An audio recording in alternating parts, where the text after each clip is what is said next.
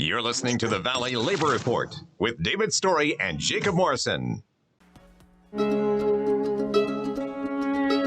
Just like the father of my father, time stole his mind, and I can't forget that 1/4 of his blood is mine. I try not to. Good morning, Tennessee Valley. This is Jacob Morrison. You're listening to the Valley Labor Report. Got my co-host here with me, David Story, and we also have in the studio Angela Curry. She is the liaison for the local Citizens Coalition for Criminal Justice Reform, and they have a list of 10 demands that they have communicated with the Huntsville Police Department, the Huntsville City Council, and the Mayor's office, and so she's going to be talking to us about that. And I'm so glad that you were able to come in and talk to us about this. I'm so glad that you've been able to take the initiative to create this Citizens Coalition. I remember reading something about why you said you did this. You said you wanted to do you wanted to do something, and you wanted to do something constructive. And that's so important. That's so valuable. We've got to have folks out there just adding bodies, adding support for the movement, but we do have to have people at the table with these city leaders that are going to be actually writing the language, constructing and negotiating the way forward. And so you have done that. You have worked with other groups in the city to do that, and I'm so thankful for that work. So if you could just tell us a little bit about the formation of the coalition and the 10 demands that y'all have. Okay, thank you for having me this morning. I appreciate the platform to be able to share this information with the public, so I appreciate you allowing us to be here. The coalition, because of COVID and just previous lack of satisfaction from going to protest, I had not gone to any of the protests in the city, but yet I was meditating, praying, pondering, what can I do to make lasting change for when after the protests are over. What I noticed is that people were protesting who had never protested before. The groups were getting larger, and I thought, well, nobody is capturing all of these individuals in one space. So people are going to go back to their bubbles, and then we will continue to have what we have. So I began to talk to various people, organization leaders, and I had already been talking to citizens about criminal justice reform, but expanded that conversation, came up with a global list from the individuals that I spoke with, and then worked with organizational leaders to narrow that list down to 10 initial requests. Because what I had noticed also was that the local government had not stated that there was a need to look into the criminal justice system here locally, to look at police reform or anything of that nature. So we will be going to them, basically extending an olive branch to say, hey, citizens would like to start some reforms on the local level, versus waiting on the federal laws to trickle down. And so we are asking for these 10 things. And that's kind of how the list came up. We chose the 10 most simple, seem common sense, straightforward requests. So I don't know if you want me to read them. Yeah, if you could. A lot of folks, they hear 10 demands and they're going to say, well, what in the world are they? I don't know if I support them. So, and I've heard them multiple times, and they're all, like you said, simple, straightforward. You could do, I think, probably all of these things like tomorrow if you had people that were really motivated to do it. So yeah, just go ahead and walk us through it. Okay, so as residents, as residents of our city, county, and country, and as a show of good faith and commitment toward criminal justice reform by our elected officials, from this day and the many days to come, we expect the following to be implemented. 1, make public online all standard operating procedures and use of force policies so that citizens and officers are equally informed as to how citizens and police interaction contact should go. 2, mandate annual training on agency SOP and use of force policies for officers as part of their required annual Alabama Peace Officer Standards and Training Commission continuing education, and publicly archive the completion certificates. Number 3, publicly explain the hiring process as it pertains to screening candidates for racial bias. Does the current psychological screening make considerations for screening candidates for racial bias and discriminatory tendencies? 4. Publicly provide crime mapping data from each agency in Madison County on their respective agency web pages. 5. Publicly provide officer complaint information from each agency in Madison County on their respective agency web pages to include nature of complaint and disposition.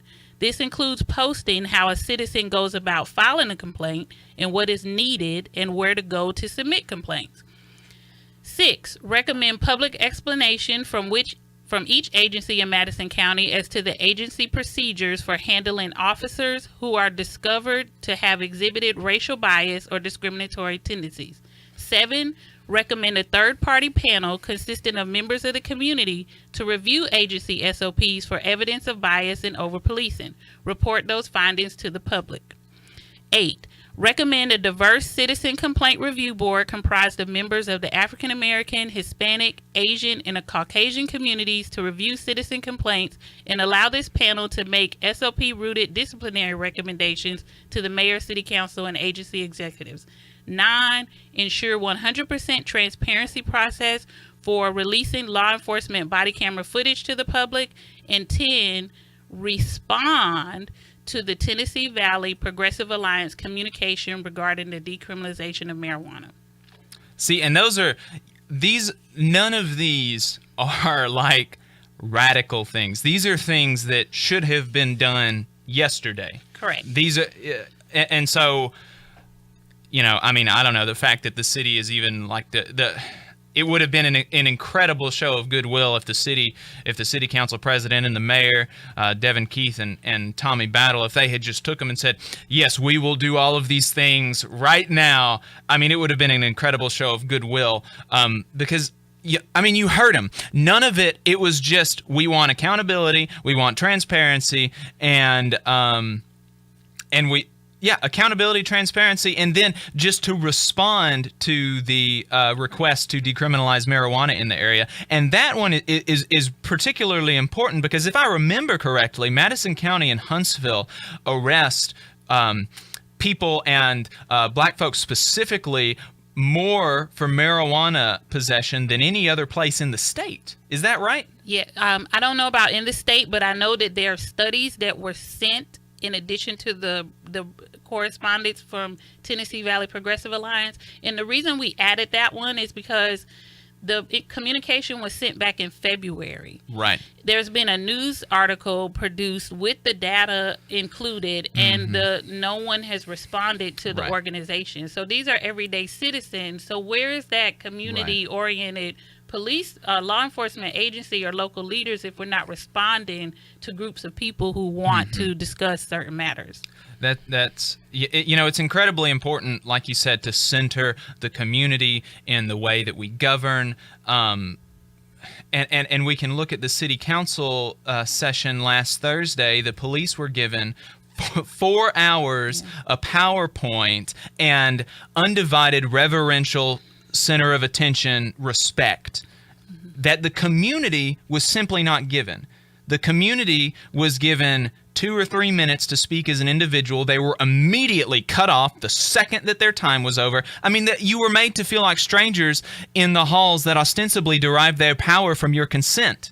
And the police, who is supposed to be our servants, the police were given, all this time to, and of course, we're not going to see that kind of respect in the halls of power in this city, or we haven't yet, and that's a shame.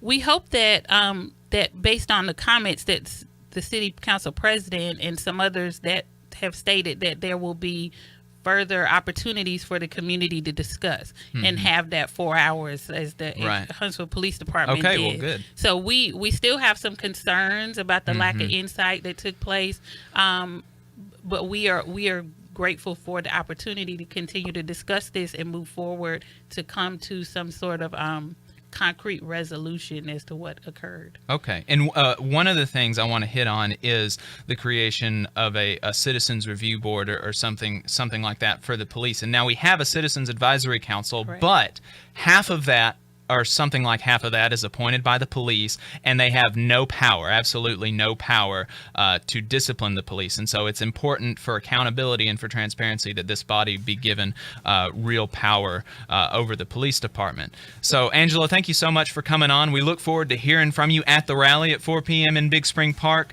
Thanks for the work that you're doing. Thank you. Thank you for having me. All right. All right.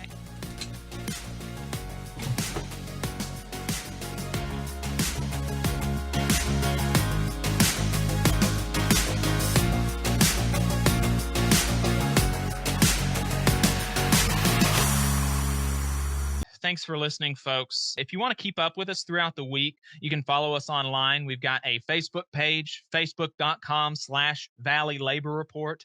You can search us on YouTube at The Valley Labor Report. We're on Twitter at Labor Reporters. I'm on Twitter at JacobM_AL. David is on Twitter at Radical Unionist, RADICL Unionist. If you appreciate our work and want to ensure that we can stay on the air, consider supporting us with a monthly donation on Patreon at patreon.com/The Valley Labor Report.